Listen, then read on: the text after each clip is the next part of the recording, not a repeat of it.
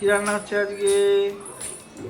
বিরিয়ানি খাওয়া বলেছো, তাই আচ্ছা বিরিয়ানি প্রিপারেশন এখন হবে না। আমি মাংসটা ম্যারিনেট করে রেখে দেবো, ওটা ওভারনাইট ফ্রিজে রেখে দেবো, তাহলে ম্যারিনেশনটা ভালোভাবে হবে, বিরিয়ানিটা ভালো লাগবে খেতে। আসো দেখিয়ে দিদি কি নিয়েছি মশলা।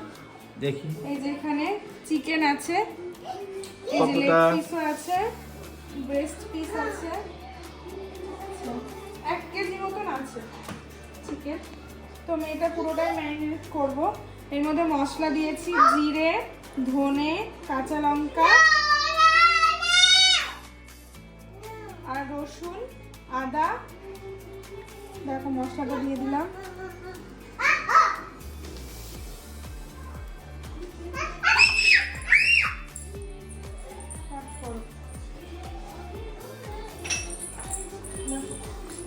লবণ দেবো, এটা দেখাবো না, ওকে দেখাবো। দেখো লবণ দিচ্ছি, ঠিক আছে। এবার দেবো একটু টক দই, ছাঁকানো টক দই। দেখো টক দইটা ফেটিয়ে নিয়েছি, টক দইটা দেবো 3 চামচ মতন টক দই দিলাম, বড় চামচের। আচ্ছা এইবার হচ্ছে আসল মশলা, যেটা এটা হচ্ছে বিরিয়ানির মশলা। এটা বাজারে যে গোটা মশলা পাওয়া যায় বিরিয়ানির দোকানে গিয়ে বললেই হবে যে বিরিয়ানির গোটা মশলা দিতে।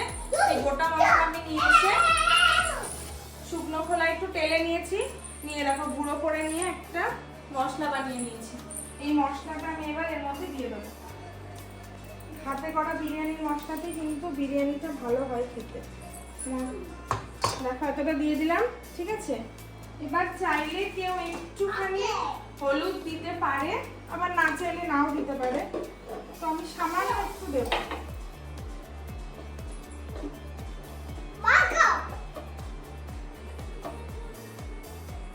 খুব সামান্যই দেবো হলুদ।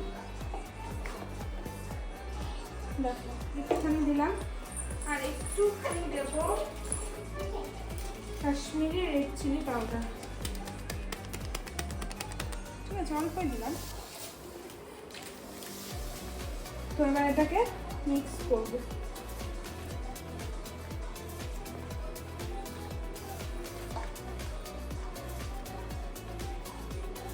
এটা যদি ওভারনাইট ফ্রিজে ম্যারিনেট করে রাখা হয় না, তো বিরিয়ানিটা খেতে কিন্তু খুব ভালো হয়। চিকেনটা প্রচন্ড নরম হবে।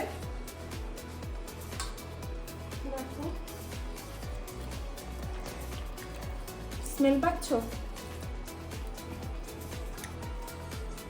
ব্যাস। কেউ এর মধ্যে চাইলে একটুখানি হালকা সর্ষের তেল বা সাদা তেল অ্যাড করতে পারো, আমি আর দিলাম না। এইভাবেই মশলাটাকে রেখে দেবো মাংসের সাথে মাখিয়ে।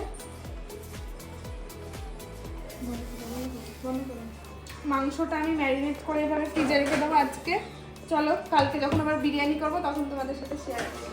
বিরিয়ানি রেসিপি আর কি শেয়ার করবো, আমি এইভাবে করি তাই এইভাবে দেখালাম।